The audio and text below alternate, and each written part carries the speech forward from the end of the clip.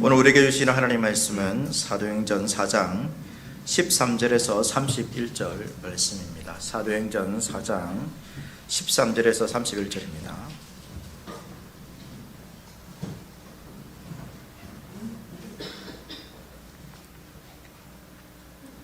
한 절씩 교도가 쓰겠습니다. 4장 13절입니다. 그들이 베드로와 요한이 담대하게 말함을 보고 그들을 본래 학문 없는 범인으로 알았다가 이상히 여기며 또 전에 예수와 함께 있던 줄도 알고 또 병나은 사람이 그들과 함께 서 있는 것을 보고 비난할 말이 없는지라 명하여 공회에서 나가라 하고 서로 언언하여 이르되 이 사람들을 어떻게 할까? 그들로 말미암아 유명한 표적 나타난 것이 예루살렘에 사는 모든 사람에게 알려졌으니 우리도 부인할 수 없는지라. 이것이 민간에 더 퍼지지 못하게 그들을 위협하여 이후에는 이 이름으로 아무에게도 말하지 말게 하자 하고 그들을 불러 경고하여 도무지 예수의 이름으로 말하지도 말고 가르치지도 말라 하니 베드로와 요한이 대답하여 이르되 하나님 앞에서 너희의 말을 듣는 것이 하나님의 말씀을 듣는 것보다 옳은가 판단하라. 우리는 보고 들은 것을 말하지 아니할 수 없다 하니 관리들이 백성들 때문에 그들을 어떻게 처벌할지 방법을 찾지 못하고 다시 위협하여 놓아주었으니 이는 모든 사람이 그된 일을 보고 하나님께 영광을 돌림이라. 이 표적으로 병나은 사람은 40여 세나 되었더라. 사도들이 노임에 그 동료에게 가서 제사장들과 장로들의 말을 다 알리니 그들이 듣고 한 마음으로 하나님께 소리를 높여 이르되 대주제여 천지와 바다와 그 가운데 만물을 지으신 이시여 또 주의 종 우리 조상 다윗의 입을 통하여 성령으로 말씀하시기를 어찌하여 열방이 분노하며 조속들이 허사를 긍령하였는고 세상의 군왕들이 나서며 관리들이 함께 모여 주와 그의 그리스도를 대적하도다 하신 이로소이다.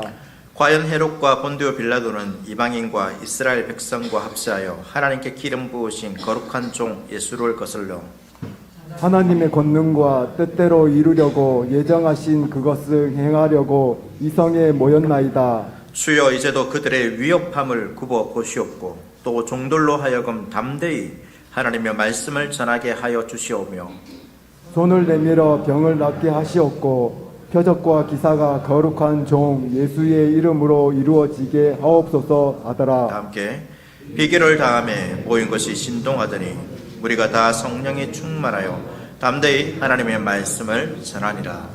아멘. 오늘 나오신 모든 분들을 축복합니다. 한 주간 잘 지내셨습니까? 피곤하지 않으셨습니까? 수영회 갔다 오고 몇몇 분들은 이제 몸이 안 좋으신 분도 계셨는데 빨리 회복하시기를 바라겠습니다. 이제 우리가 사도행전 말씀을 묵상하게 됩니다. 오늘 사도행전은 누가복음을 기록한 누가가 기록한 책입니다.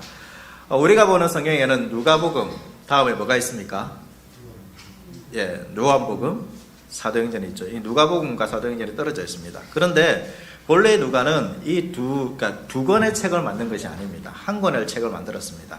누가복음과 사도행전은 붙어 있는 책입니다. 그래서 우리가 1부, 2부라고 이렇게 볼 수 있습니다. 그래서 누가복음은 1부고 사도행전은 이렇게 2부에 해당되는 것이죠. 그래서 우리 성경은 떨어져 있지만 본래는 이제 붙어 있는 한 번에 이렇게 기록한 책이라고 여러분 아실 필요가 있습니다.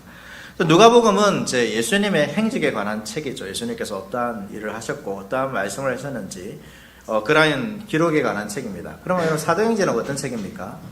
사도들이 어떠한 일을 행했는지 우리가 기록한 책이라고 우리가 보통 알고 있습니다. 그리고 또 때로는 이제 성령에 관한 이제 예수님 다음에 성령이 오셨기 때문에 성령께서 어떠한 일을 하시는가 기록한 책이라고 우리가 보기도 합니다.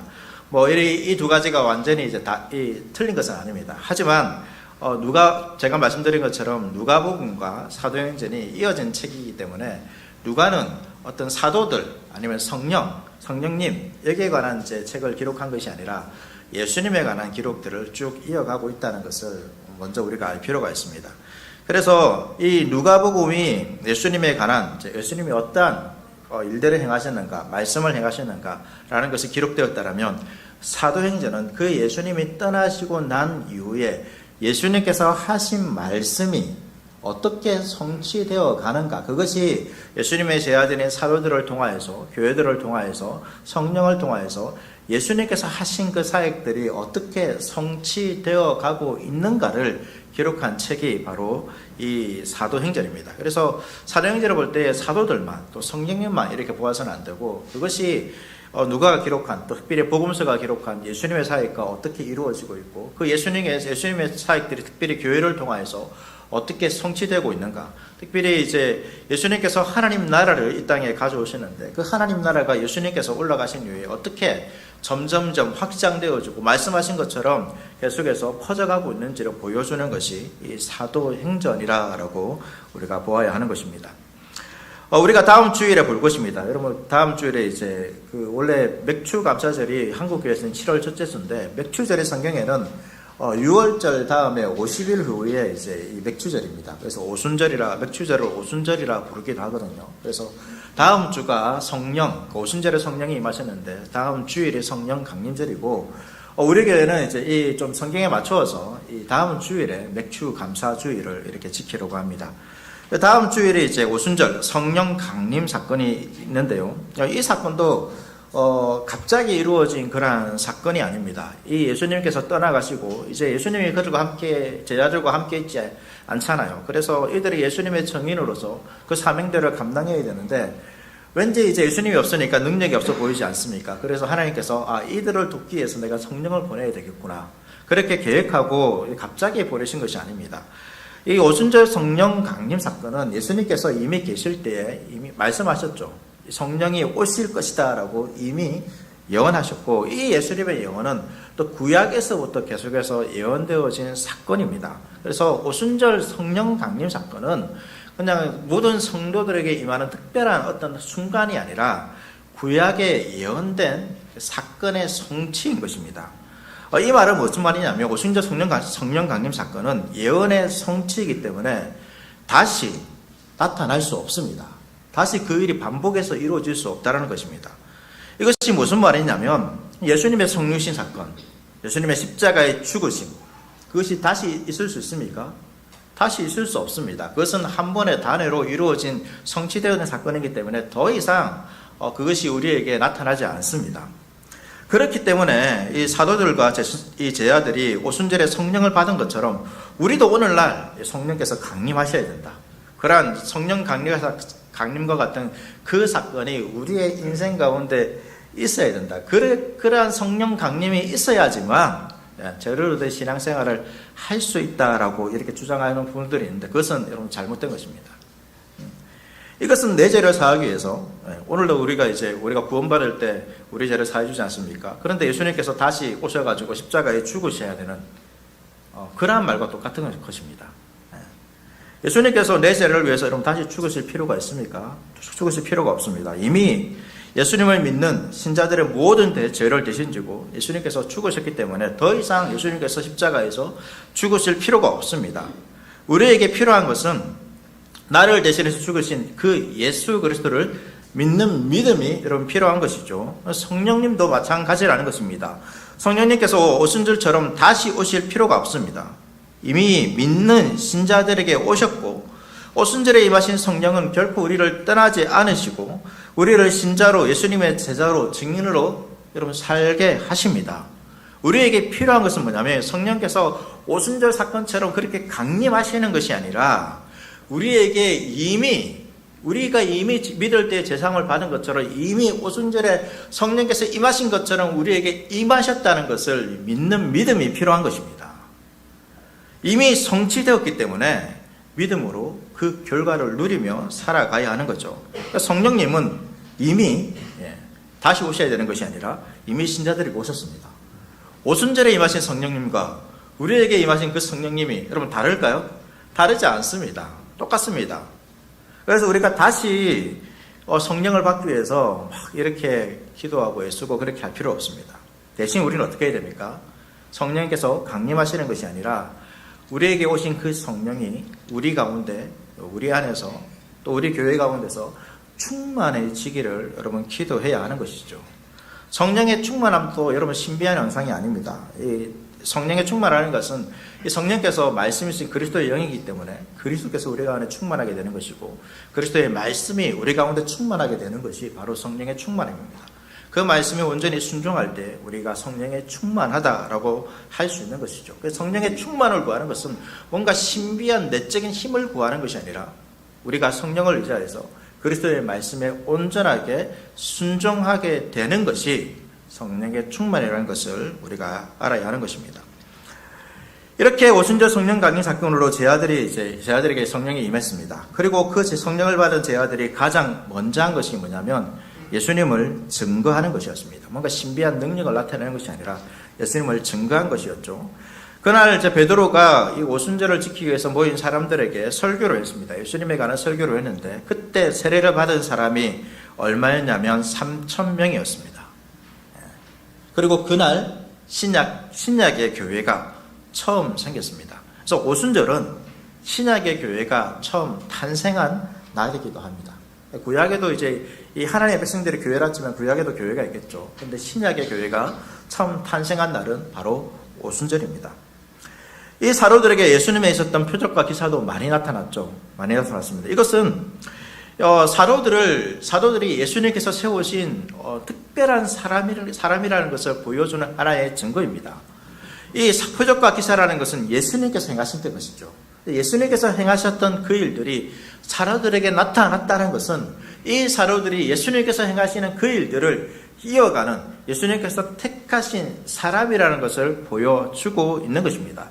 이 사도들을 증명해 주는 것, 이 사도들이 예수님께서 보내신 자라는 것을 증명해 주는 것이 표적과 기사였고, 이 표적과 기사를 통하여서 계속해서 예수님을 통하여 하나님 나라가 확장되는 것처럼 사도들을 통하여서 점점 확장되는 것을 보여주는 것이 바로 표적과 기사이죠.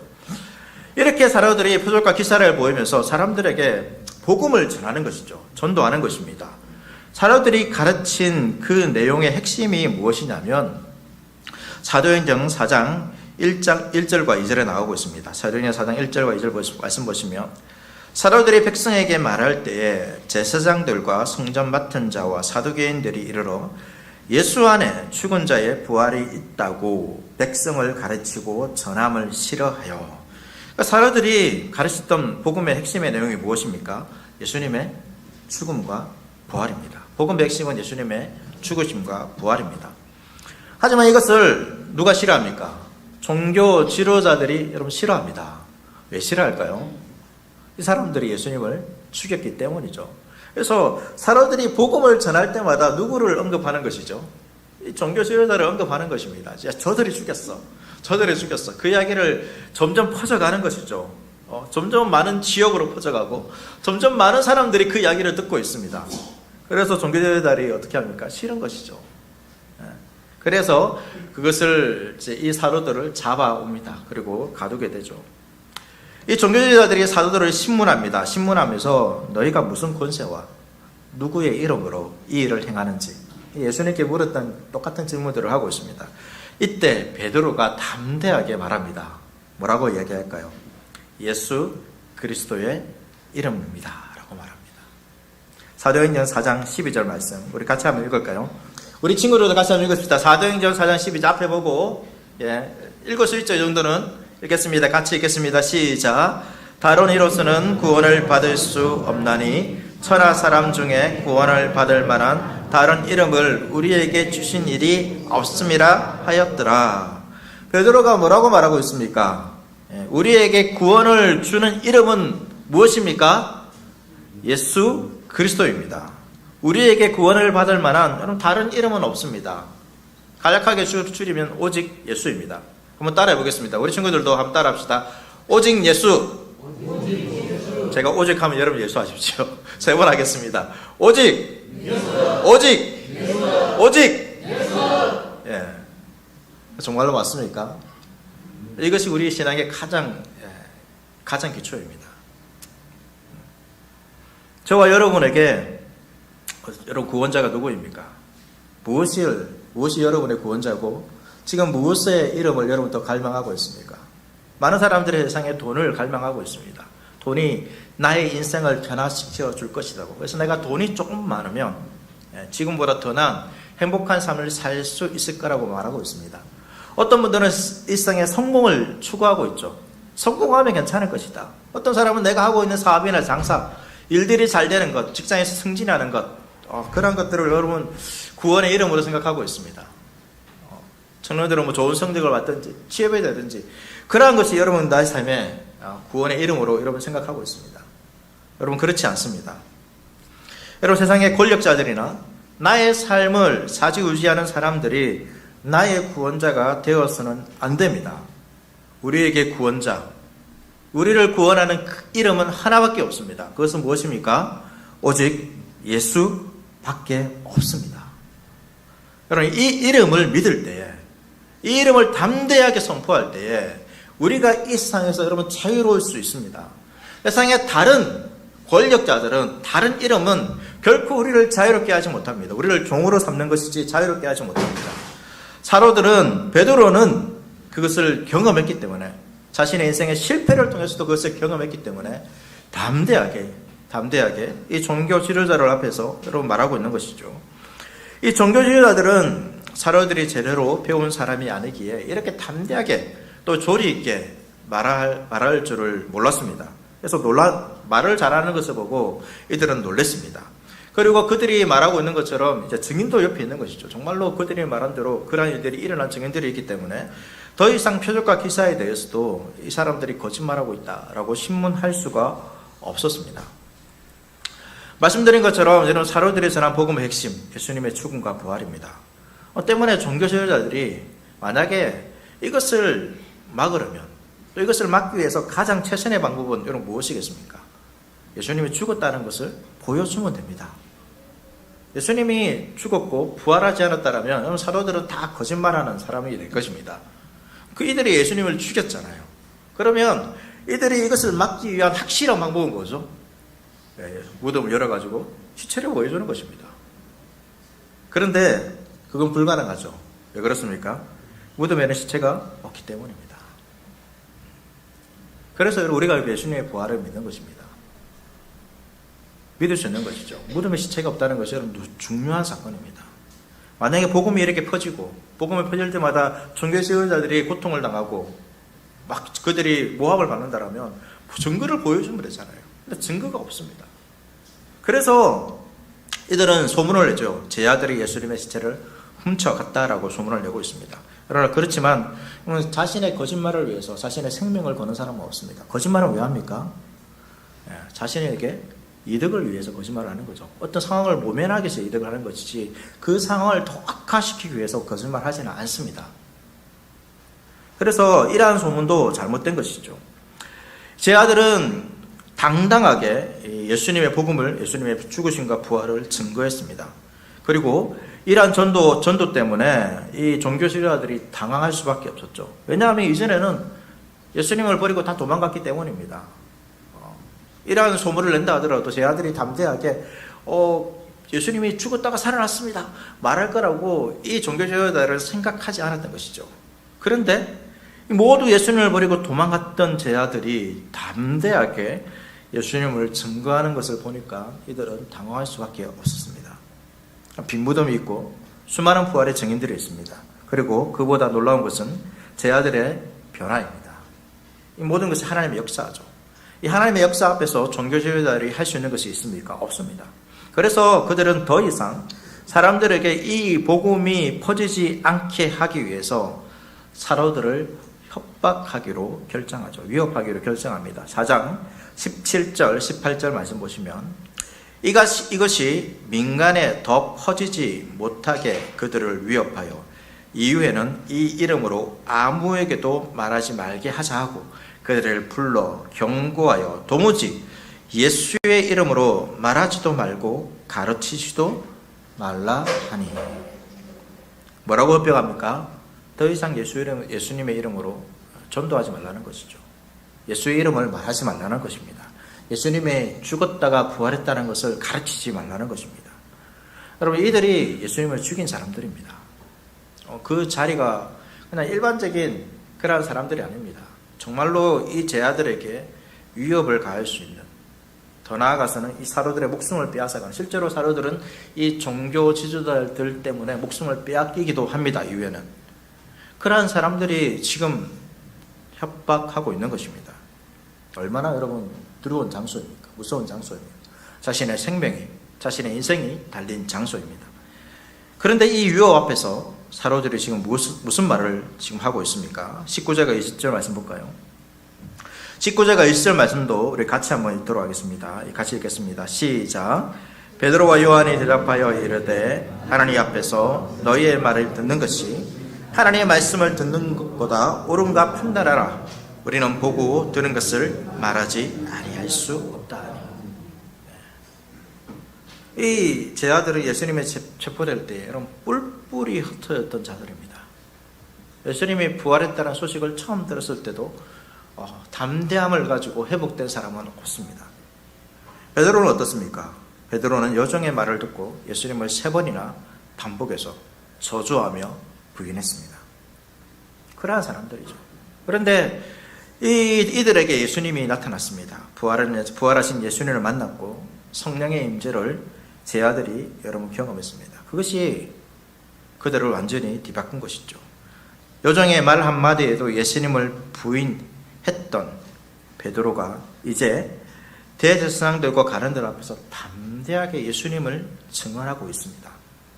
이것은 베드로 자신의 용기가 아닙니다. 오직 예수님의 사랑과 성령의 역사 때문인 것이죠. 사도들은 권력자들의 협박 앞에서 권력자의 말이 아니라 하나님의 말씀을 듣는 것을 선택한 것입니다. 이 일이 어떻게 된 것입니까? 각자의 개인의 능력이 뛰어나서 된 것이 아닙니다. 그리스도의 사랑 때문입니다. 성령의 임재하심 때문입니다. 이것은 여러분 우리 모두에게 동일합니다. 우리가 신앙으로 살아갈 때 여러분 우리 각자 개인의 어떤 삶의 모습이나 이러한 것들을 여러분 핑계 대어서는 안 됩니다. 우리에게도 동일하게 그리스도께서 사랑합니다. 모두가 동일하게 사랑합니다. 저를 더 사랑하는 것이 아니라 그리스도께서는 모두를 동일하게 사랑하십니다. 여러분 성령께서도 저에게 더 많이 임하신 것이 아니라 우리 모두에게 동일하게 임하셨습니다. 우리 모두가 이 제자들처럼 베드로처럼 담대하게 살아갈 수 있습니다. 베드로의 인생에도 여러분 실패가 있었습니다. 우리의 인생 가운데 실패가 있고 연약함이 있고 넘어짐이 있었다 하더라도 우리는 이 제자들처럼 살아갈 수 있습니다. 제자들을 회복하신 그 주님께서 오늘도 우리를 찾아주시고 우리 가운데 임재하신 그 성령께서 주의 말씀으로 오늘도 이 시간도 우리를 만나시고 회복시켜 주시고 담대함을 주시기 때문입니다. 여러분 우리에게 필요한 것은 무엇입니까? 처음 말씀드린 것처럼 여러분 믿음입니다. 우리가 우리를 위하여 우리를 지금도 사랑하시는 그리스도를 향한 믿음과 그 성령이 우리와 함께 하시고 역사하시고 주의 말씀을 붙들고 살아갈 수 있는 그 담대함, 그 말씀을 전할 수 있는 그 담대함, 사명을 감당할 수 있는 그 담대함을 주시기 때문에 우리에게도 이들과 동일한 것을 가지고 있기 때문에 이러한 삶을 살아갈 수 있는 것입니다. 우리의 삶을 어떻게 보면 날마다 이 종교 지도자를 앞에 선 이 사도들과 같은 그러한 삶을 살아간다라고 할 수 있습니다. 우리도 우리의 삶 가운데서 우리를 위협하는 그러한 사람들이 있죠. 그러한 장소들이 있습니다. 여러분 가정이 그러한 장소가 될 수 있습니다. 학생들은 여러분 학교가 그러한 장소가 될 수 있습니다. 우리의 일터가 그러한 장소가 될 수 있습니다. 우리가 거하는 모든 장소가 우리의 신앙과 이 하나님의 말씀을 거부하게 만드는 우리를 위협하는 그러한 장소가 될 수 있습니다.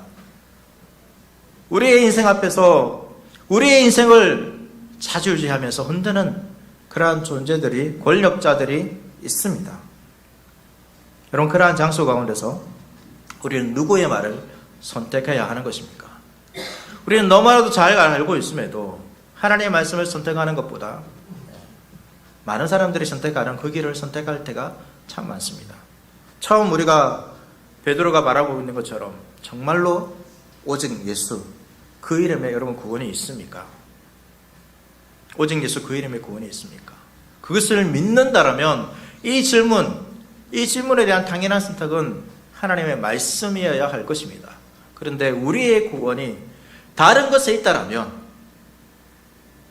다른 사람들에게 달려있다라면, 그들의 말에 달려있다라면 우리는 여기의 질문에 조금 더 우리의 모습을 돌아보아야 하는 것입니다. 여러분의 인생의 성공을 위해서 어디에 더 매진하고 있습니까? 무엇이 더 필요합니까? 그것보다 하나님 말씀이 더 중요하다는 것을 여러분 기억하시고 그 말씀을 붙들고 살아가는 저와 여러분 될 수 있기를 소망합니다. 오직 예수님의 말씀이 우리의 구원입니다. 오직 예수님만이 우리의 구원자입니다. 여러분, 다른 이름이 없습니다. 내 안에 다른 이름이 새겨지고 계속해서 생각난다면 그것이 떠나갈 수 있도록, 그것 앞에서 담대할 수 있도록 주의 성령을 더 힘써 의지하며 살아갈 수 있기를 바라겠습니다. 종교 지도자들은 백성의 눈치를 보고 사로들을 위협하고 이런 풀어줍니다. 백성들이 소문이 많은 사람들이 일어났고 그 증인들이 많기 때문에 더 이상 이 당시에는 어떤 일을 할 수 없었던 것처럼 보입니다. 그리고 사로들은 교회에 가서 자신들에게 있었던 일들을 성도들에게 쭉 다 이야기합니다. 여러분, 이 사건은 이 신약의 교회가 처음 생기고 나서 처음 당하는 여러분 박해였습니다. 고난이었습니다. 막 생각해서 복음을 전했는데 3,000명이 들어왔어요. 그대로 사람들이 열심히 모이고 배우고 자신의 것들을 나누고 사랑을 실천하고 교회의 아름다운 모습들이 드러나고 있었습니다. 얼마나 여러분 분위기가 좋겠습니까? 그런데 갑자기 어느 날 사도들이 복음을 전하고 있는데 잡혀간대요. 혼란스러운 상황이지 않겠습니까? 큰 두려움에 여러분 쌓일 수도 있습니다. 좋았는데 이렇게 계속 믿다가 혹시나 내가 큰 일을 당할 수 있겠다, 이렇게 생각하는 사람들도 나타날 수 있겠죠. 그래서 교회를 떠나는 사람도 혹여나 있을 수도 있습니다. 저와 여러분 같으면 어떻습니까? 우리가 신앙생활을 좋아해요. 분위기가 참 좋습니다. 근데 오늘날 갑자기 신앙생활을 하다 보니까 어떻습니까? 시간이 지나면서 교회 내부에서도 문제가 생기기도 하고 외부에서도 여러 가지 어려운 문제가 생기기도 합니다. 막 가는데 어떤 사람들이 니 교회 다니다가 성질하지 못한다, 도를 못 본다, 뭐 여러 가지 장사도 잘 안 될 거다, 이런 얘기 하면 어떻습니까?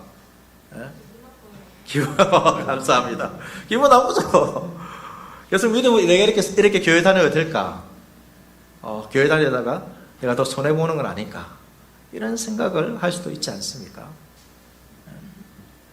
우리 자녀들, 청소년들, 대학생들 학교 가가지고 내가 예수 믿는다, 교회 다닌다, 이런 바람은 나한테 도움이 될 것 같아요? 도움이 안 될 것 같아요? 그래서 얘기해요, 안 해요? 얘기 잘 안 하죠. 기도도 잘 안 하게 됩니다. 그게 우리의 마음이죠. 근데 내가 예수 믿는 것이 손해가 된다라면, 나의 인생에 도움이 되지 않는다면 여러분 어떻게 하겠습니까? 여러분 열심히 가게 하시는 분도 있는데, 여러분 장사하시는데 내가 예수 믿기 때문에 이 손님 만나야 되는데 예배 드려야 돼요. 아니면 신앙생활 하는데 방해가 확 좀 갈등이 생겨요. 어떻습니까? 어떤 것을 어떻게 해야 되겠습니까? 신앙생활 할 때 무조건 좋은 일이 생기는 것이 아닙니다. 어려운 일이 생깁니다. 우리가 그걸 알고 있죠. 그런데 우리는 때로는 그 어려운 일이 올 때 너무 어려운 일 오는 것을 이상하게 생각합니다. 왜 나에게 이런 일이 있지? 내가 왜 어려움을 겪어야 되지? 신앙생활 하는 것이 왜 나에게 손해지? 이런 생각을 할 수 있는 것이죠. 그럴 때 신앙생활을 멈추시는 분도 있습니다. 신약의 교회는 어떻게 했을까요? 이러한 첫 고난을, 첫 박해를 지금 당하고 있는데 여러분 어떻게 했을까요? 24절 말씀 보겠습니다. 24절 말씀 보시면 그들이 듣고 한 마음으로 하나님께 부르짖어 아뢰었다. 하늘과 땅과 바다와 그 안에 있는 모든 것을 지으신 주님. 지금 뭐하고 있습니까? 기도하고 있죠. 고난을 당했습니다. 기도하고 있습니다. 큰 박해, 정말로 큰 박해죠. 교회 지도자들이 잡혀갔잖아요. 이들이 없으면 교회가 어떻게 될지도 모릅니다. 그런데 신약교회의 첫 반응은 염려와 걱정이 아니었습니다. 이러한 박해가 있으니까 우리가 어떠한 이 박해를 모면하기 위해서 어떠한 대책을 세워야 될까? 회의를 연 것도 아닙니다. 그들은 이 사로들의 말을 듣고 즉각적으로 여러분 기도로 반응했습니다. 뭐 한 것입니까? 오직 하나님을 의지한 것입니다. 이 종교 지도자들보다 하나님이 더 크고 위대하시다는 것을 고백하면서 여러분 기도했습니다. 하늘과 땅과 바다와 그 안에 있는 모든 것을 지으신 주님, 종교 지도자들까지도 다 지으신 주님, 세상에 이 땅에 있는 모든 것을 다 지으신 주님, 그 주님 앞에 기도하고 있는 것이죠. 우리가 믿는 하나님이 그러한 분이십니다. 세상의 그 어떤 권세도 하나님보다 뛰어난 능력을 가지신, 하나님을 위협할 수 있는 권세를 가질 수 있는 자들이 아무도 없습니다. 여러분, 우리가 문제 앞에서, 위협 앞에서, 세상의 권력자들과 말씀 앞에서 신자가 먼저 해야 되는 것은 무엇입니까? 기도하는 것입니다. 기도하셔야 됩니다. 기도를 단순히 나의 소원, 나의 어떤 내가 원하는 것, 바라는 것을 이루기 위해서 하는 행위로 여러분 생각하시는 분도 있습니다. 그러한 부분도 있죠. 그렇지만 기도를 한다는 것은 나의 힘과 능력으로 살지 않고 세상을 창조하신, 지으신 이 하나님의 능력으로 살겠다라는 그 믿음의 행위가 바로 여러분 기도입니다. 기도를 하지 않는 것은 단순히 내가 문제가 없기 때문에 기도를 하지 않는 것이 아니라, 기도를 하지 않는다는 것은 어떻게 보면 하나님을 믿지 않는 것과 같은 것이 될 수도 있습니다. 하나님 없이도 살 수 있다는 것이죠. 신앙생활에 중요한 두 날개가 있습니다. 하나는 말씀이고 여러분 하나는 기도입니다. 말씀은 듣기 위한 것만이 아닙니다. 말씀을 듣는 것은 듣고 순종하기 위한 것입니다. 말씀을 믿는다는 것은 여러분 순종으로 드러나야 되는데, 이 순종하기 위해서 우리에게 필요한 것이 무엇입니까? 기도입니다. 기도해야지만 순종할 수 있습니다. 기도함으로 우리가 또 순종해야 됩니다. 기도하지 않고 여러분 순종하는 것은 나의 힘이 되고 그것은 짐이 되고 고통이 됩니다. 그러나 기도할 때, 그 말씀을 듣고 기도할 때 하나님께서 우리 가운데 순종할 수 있는 힘과 능력을 주시는 것이죠. 성령께서 그 일을 위해서 우리에게 오셨습니다. 기도를 한다는 것은 말씀에 대한 믿음의 반응이죠. 우리 장로님께서 말씀하신 것처럼 우리가 말씀을 잘 들어야 됩니다. 말씀을 잘 들은 사람들에게 나타나는 결론적인 행위가 무엇일까요? 기도입니다. 말씀을 들으면 어떻습니까? 내가 이 말씀대로 살아야 되는데, 이 말씀을 믿어야 되는데, 근데 나를 보니까 어때요? 정말로 말씀을 듣고 순종하기도 한다는 그렇게 살고자 하는 마음이 생기잖아요. 근데 나를 보니까 능력이 없어요. 말씀에 순종하고자 하는, 또 믿고자 하는 그런 능력이 없어요. 그래서 어떻게 하는 것입니까? 기도하는 것입니다. 무릎을 꿇는 것입니다. 주님, 내가 들었던 이 주의 말씀, 그것이 나의 삶 가운데 있기를 소망합니다. 내 삶 가운데 나타나기를 원합니다. 주의 능력으로, 주의 성령의 충만함으로 나타나게 해주십시오. 그것이 여러분 신앙의 모습인 것입니다. 말씀과 기도가 같이 가는 것이죠. 말씀을 들었는데 기도하지 않는다. 말씀 없이 기도하는 것도 여러분 문제가 될 수 있지만, 말씀을 들었는데 기도하지 않는 것도 여러분 문제가 되는 것입니다. 기도하셔야 됩니다. 말씀을 듣고 순종하기를 원하는데 여러분 기도하지 않는 것은 어떻게 보면 순종하지 않는 것과 마찬가지입니다. 그냥 마음만 가지는 것이죠. 실제로 순종하고자 하는 실제적인 모습, 행동의 변화는 없는 것입니다. 우리 가운데 문제 없는 사람이 있습니까? 없습니다. 고난 없는 사람도 없습니다. 이러한 상황들이 우리의 신앙생활을 여러분 위협하기도 합니다. 어렵게 하죠. 힘들죠. 여러분의 삶이 어떻습니까? 고난이 있죠. 힘들죠. 신앙생활하는 것 때로는 힘들 수도 있습니다. 갈등이 생길 수도 있습니다. 오늘 주일날 여러분 나오는데 오늘 내가 교회 가야 되나? 예배 드려야 되나? 이러시는 분도 있을 수도 있습니다. 말씀을 들었는데 말씀을 읽어야 되나? 말씀을 읽어야 되나? 기도해야 되나? 내가 기도해야 되나? 이런 갈등이 생길 때도 있습니다. 왜? 삶에 여러 가지 문제가 있잖아요. 그것 때문에 고통스러워가지고 신앙생활 하는 것이 힘드신 분도 있습니다. 근데 만약에 반대로 아무 문제가 없으면 어떻게 할까요? 또 말씀을 읽을까요? 기도할까요? 또 안 하는 것 같아요. 우리의 상황이 중요하지 않다는 것이죠. 내가 고통스럽기 때문에 신앙생활을 잘하지 못하는 것이 아니라, 내가 평안하기 때문에 신앙생활을 잘할 수 있는 것이 아니라, 우리가 그 말씀을 듣고 기도하지 않기 때문에 제대로 하지 못하는 것입니다. 그러한 고난이 있다면 어떻게 해야 됩니까? 여러분 기도해야 합니다. 기도해야지 내 마음에서 일어나는 이 갈등들, 내 주위에 있는 이 상황 때문에 내가 두려워하는 이 마음들을 여러분 이길 수 있는 것입니다. 여러분이 당하는 어떠한 고통에 대해서도 그것이 나의 신앙을 흔들고 뒤흔든다라면 여러분 우리는 어떻게 해야 됩니까? 그 고난과 어려움이 주는 그 두려움에서 이기기 위해서 우리는 주님 앞에 기도해야 하는 것입니다. 기도할 때에 그 어려움이 나를 두렵게 하지 못하고 오늘 교회들이 또 이 제자들이 이 종교 지도자 앞에서 담대하게 말한 것처럼 담대함을 가지고 이 하루를 살아갈 수 있게 되는 것입니다.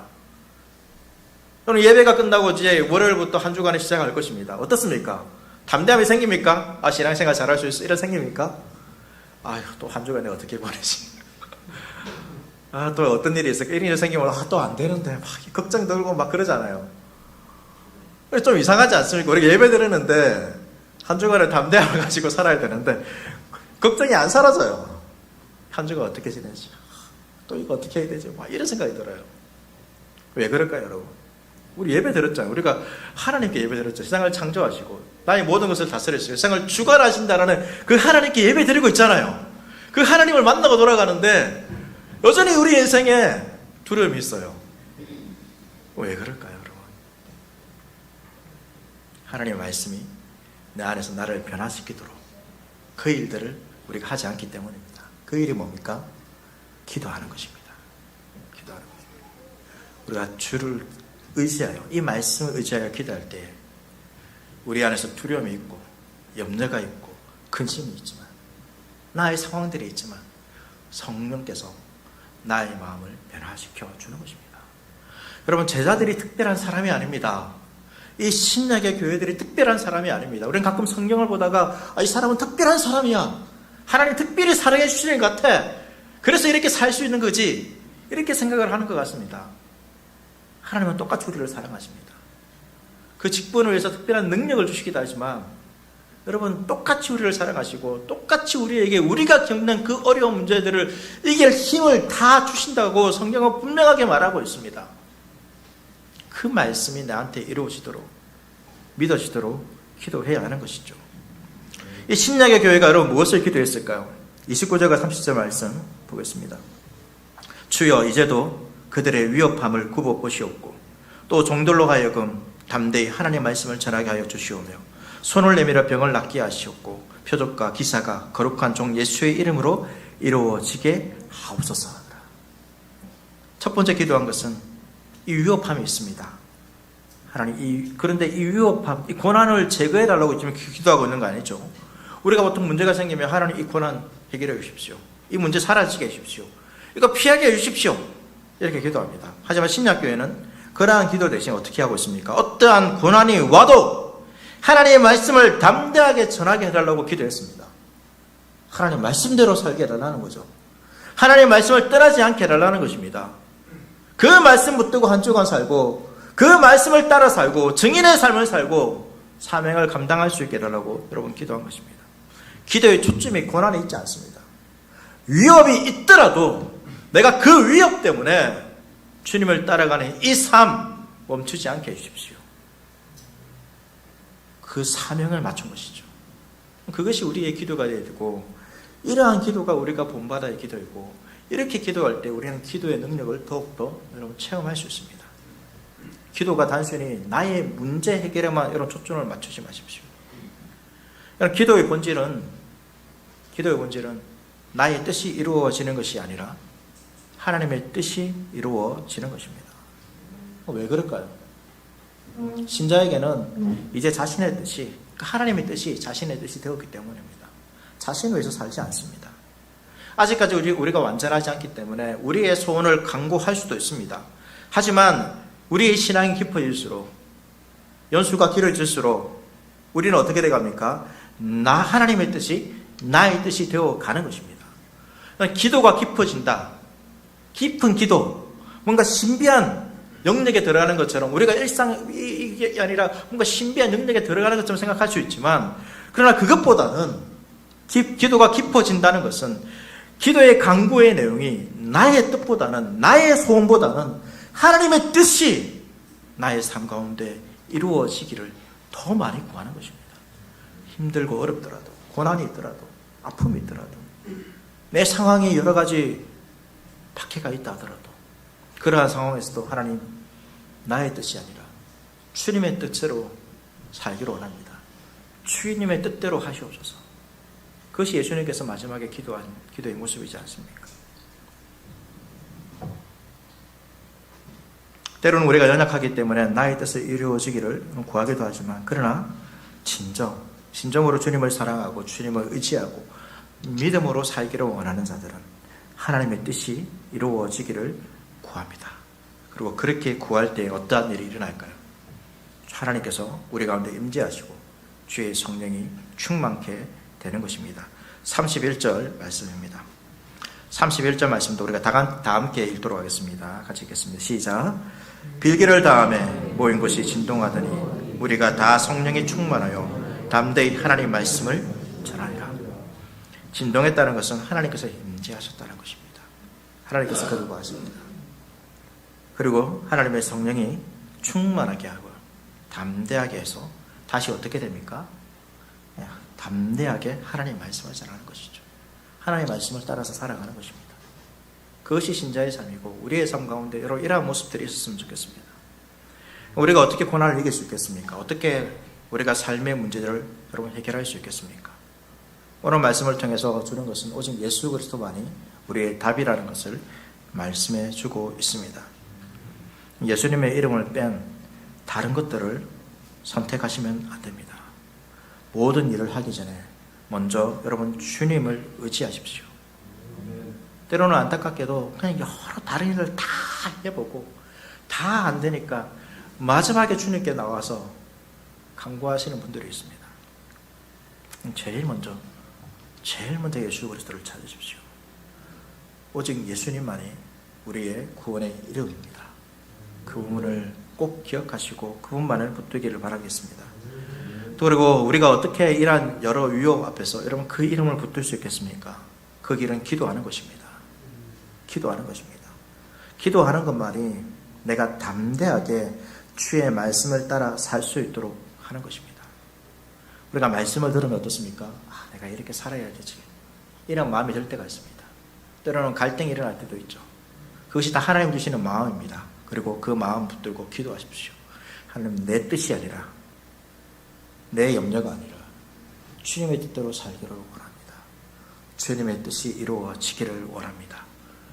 담대하게 나를 위협하는 여러 가지 상황 앞에서, 여러 사람들 앞에서 내가 두려워하지 않고 주의 말씀대로 살기를 원합니다. 증인의 삶을 살기를 원합니다. 제자로서 살기를 원합니다. 그렇게 기도할 때에 하나님의 말씀대로 살아갈 수 있는 담대함이, 성령의 충만함이 우리 가운데 나타나는 것입니다. 다른 말로는 여러분, 기도하지 않고서는 말씀대로 사는 것이 불가능합니다. 여러분 가운데 말씀이, 정말로 이 말씀이 살아있는 말씀이라는 것을 여러분 경험하기를 원하십니까? 여러분 기도하십시오. 교회가 기도하지 않고서는 절대로 사명을 감당할 수가 없습니다. 기도하지 않고서 뭔가 일을 해보려고 할 때는 더 스며들 수도 있습니다. 기도하셔야 됩니다. 기도하지 않고서는 주의 성령으로 충만하는 것도 불가능합니다. 그 말씀 붙들고 여러분 기도하시길 바랍니다. 말씀을 배운 자들은 그 말씀이 나의 삶 가운데, 우리의 교회 가운데 이루어지기를 기도하는 것이고, 그것이 참된 신자입니다. 말씀을 배우신 자는 이런 말씀으로 서로 정죄하지 않습니다. 그 사람 왜 말씀대로 살지 않지? 그렇게 하지 않습니다. 이러한 교회를 모습을 바라보면서 하나님의 뜻이 무엇인지 알고 하나님의 뜻이 이루어지기를 기도하는 자입니다. 서로를 위해서 기도하는 교회가 참된 말씀을 배운 자들인 것이죠. 그럼 말씀을 붙들고 기도함으로 이 한 주간 여러분의 삶 가운데 있는 어려움과 두려움과 문제들, 여러분의 하시는 모든 일들 앞에서 여러분 그것들을 이겨나갈 수 있는 한 분 한 분 될 수 있기를 여러분 축복합니다. 그럼 기도로 말씀이 여러분의 삶 가운데 이루어지는 것을 경험하는 한 분 한 분 될 수 있기를 소망합니다. 우리 모두가 하늘교회가 하나님의 뜻이, 나의 뜻보다 하나님의 뜻이 이루어지기를 기도하며 살아가는, 그리하여 복음으로 고난을 이기며 살아가는, 그 능력 가운데 살아가는 성령으로 충만한 하나님의 임재로 가득한 그러한 교회가 될 수 있기를 가득히 소망하며 축복합니다.